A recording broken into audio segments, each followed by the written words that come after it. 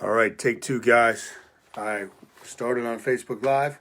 Forgot to hit the record on the computer for the audio for iTunes. So, take two. Real excited about today's episode about the conspiracy against fasting. The way I became one of the world's leading experts in fasting is that I live this, I breathe it, I study the history of it, I apply it to my life, I teach it.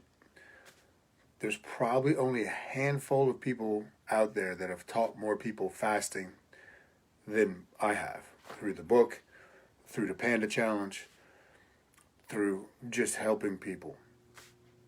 If you haven't already gotten the book now, you should definitely do that, the Panda Diet. I'm going to be referencing this today. You get it on Amazon or KyleNewell.com. So let's dive into this. On Friday, I believe, my brothers and I, we have a group chat, so there's four of us, and the topics are all over the place. One of the brothers, Sugar Shane, posted something about Sadhguru, who was talking about fasting and how he only eats one meal a day and the health benefits of it and how this is really common wisdom that has gotten lost. And he's exactly right. And he asked my thoughts, and I told him that. One of my other brothers, Presh, said, well, do you think this is being censored if there's so many health benefits, just like all this other stuff where you can't say anything that goes against the mainstream or they block you or censor you? And I don't think that's the case with fasting. And by the way, I did get kicked off of Instagram. I've told some of you guys, in case you've noticed I'm missing from there, got kicked off for talking about chlorine dioxide and my protocols with that. But that's okay. No big deal.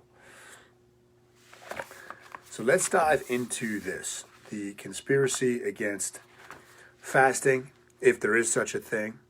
And a conspiracy theory is when it's a theory. Once it's proven, it's no longer a theory, it's a conspiracy. So let's be very clear on that, because I love studying even that stuff, conspiracy theories and whatnot. So it's not being censored per se. I would say about 100 years ago, roughly, there was a systematic, intentional programming of people, especially in America, of ways to make them weaker and dumber and fatter and more sick. Now, this was done largely through the education system and the media, but nobody ever talks about the nutrition aspect. So in the Panda Diet book, I do a brief history of breakfast. Breakfast as we know it, really, you're looking at about 100, 120 years old. A historian who I cited in the book, Ian Mortimer, believed that in the 16th century Europe, breakfast was a side effect of employment, meaning these serfs and whatnot, and these field workers, they weren't going to get breaks during the day. This was before unions, so they had to eat breakfast before the day to sustain themselves, and there's some credence to that. Kellogg, in the 19th century, John Harvey Kellogg cereal, should sound familiar, developed granola and cornflake cereal as part of a Puritan diet designed to suppress sexual desire and lead America away from sin and masturbation. This sounds bizarre, but this is all true. You can look this up. One of his top workers, Charles Post, left and founded Grapes and Nuts, and then Post Cereal, and then the cereal race was on. So part of it was this marketing, this mass marketing of breakfast, as that was really the biggest marketing piece of nutrition. Was breakfast. Like, that was the race was on. Breakfast was easy to prepare, easy to consume, easy to produce, but you could charge for it. And that's where breakfast started to take root as the most important meal of the day. In the 1920s, Edward Bernays, so if you look this up, this guy was really tied into the deep state power structures. Edward Bernays, he was trying to help the company he worked for, Beach and Nut, sell bacon.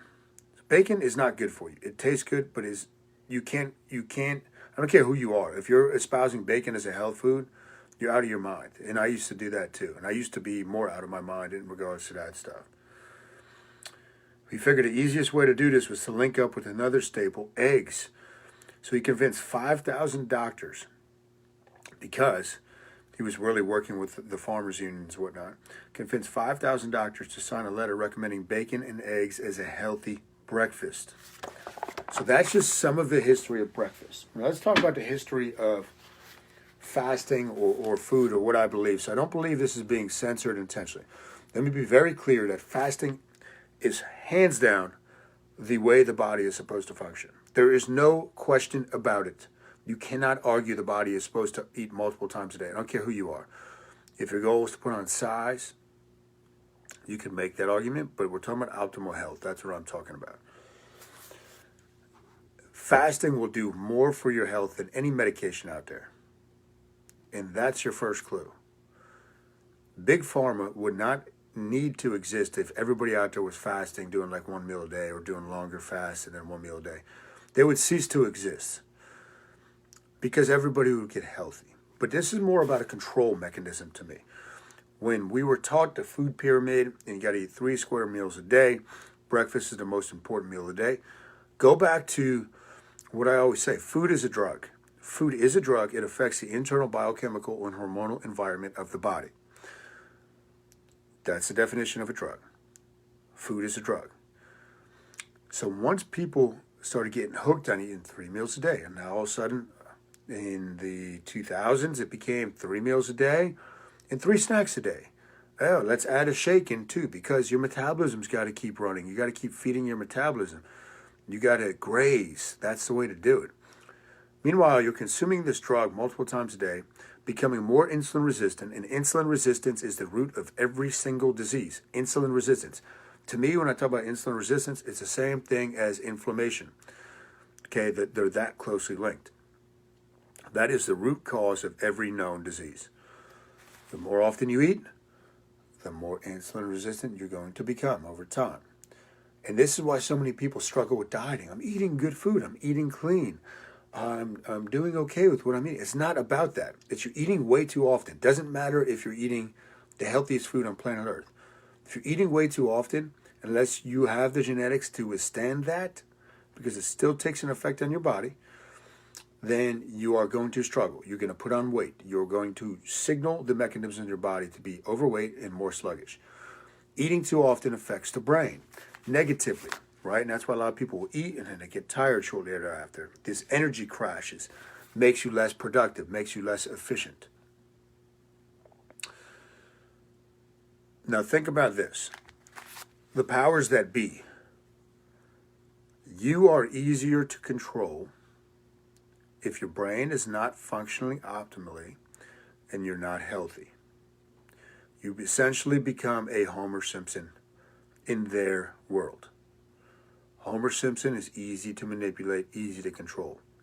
The powers that be do not want free thinkers. They don't want people in shape. When somebody's in shape, you can be sure 95% of the time they're pretty smart. They're an intelligent person. They realize the importance of their body, not how it looks, but that the body is the temple. And that if the body is not healthy, your mind and your spirit aren't healthy. There's no way around that. And that's kind of an aside, guys, but when somebody's not in shape, I don't know about you, but I can't, even if they're an expert in their field, I have very, very tough time taking what they say serious because I know they lack the discipline to treat their body as a temple that it is. But that's an aside. So, getting back to Presh's question, do you think that fasting has been censored just like all the other stuff is being censored now? The answer is no. And that goes back to how I started this. Food is a drug. People are so hooked on this drug that you could show them, like I've done in the book and through teaching courses on this, all the positive effects of fasting. Weight loss, becoming more insulin sensitive, healing insulin resistance, optimizing hormones, spikes in growth hormone, autophagy, which is basically your body going through and cleansing itself of bad cells. And there are cancer implications to that, very clearly, limiting something called mTOR and increasing autophagy has huge anti-cancer benefits. You cannot argue this. But anyhow, if you could show all these people, and there's way more benefits than that. That's just off the top of my head. If you show people these benefits, they're going to opt to continue to eat multiple times a day because they are addicted to that drug, the drug of food. So this does not have to be censored because it's been so ingrained in people for the past century and a half, let's say, that they will not buy in. First of all, because they get high on the food, right? It makes them feel good. It's comfort. It gives them a nice rush of dopamine every time they eat. They're so ingrained into that it doesn't have to be censored because they're just not going to want to do it, people. This is going to take a generation or two to change where people get back to fasting as a way of life. And now, food is meant to be enjoyed. I'm not saying that. So they did such a good job of teaching through the education systems that we should eat multiple times a day. That's so ingrained that it goes through all the ranks. And I'll go over this in a second. I made like a little pyramid here as a visual. That it's created a population in a world of sick people that don't have brains functioning the way they should. You're easier to control if that is you. So you're a pawn in the game, if that's you. So you have big pharma, the powers that be up at the top, passed down to the medical community. So first of all, doctors, 99% of them are not trained. They take like 1 or 2 nutrition courses. They're not trained in this. But they'll tell you eat multiple times a day. Eat a lot of small meals, blah, blah, blah. But the medical, because they're that, has the authority, right? They have the authority. And then the colleges are below them. What do the colleges teach? The colleges were teaching this stuff for a long time. When I was there, I went to my nutrition professor with a theory I proposed about cheat days and cheat meals, which at that time was pretty far ahead of its time. Presented him science. He had no idea what I was talking about. And this was a guy that was teaching at Delaware for 30 years at that point. No clue. Like he couldn't get his mind out of, no, you have to eat this. You got to do this. So below that, you have obviously the public education system where it's distilled, the food pyramid and whatnot, how many times you should eat. Fitness, all the fake fitness experts out there. And then you. So you don't really stand a chance unless you are a free thinker and you find somebody that can help you with fasting, or you just start doing it and experience the benefits yourself.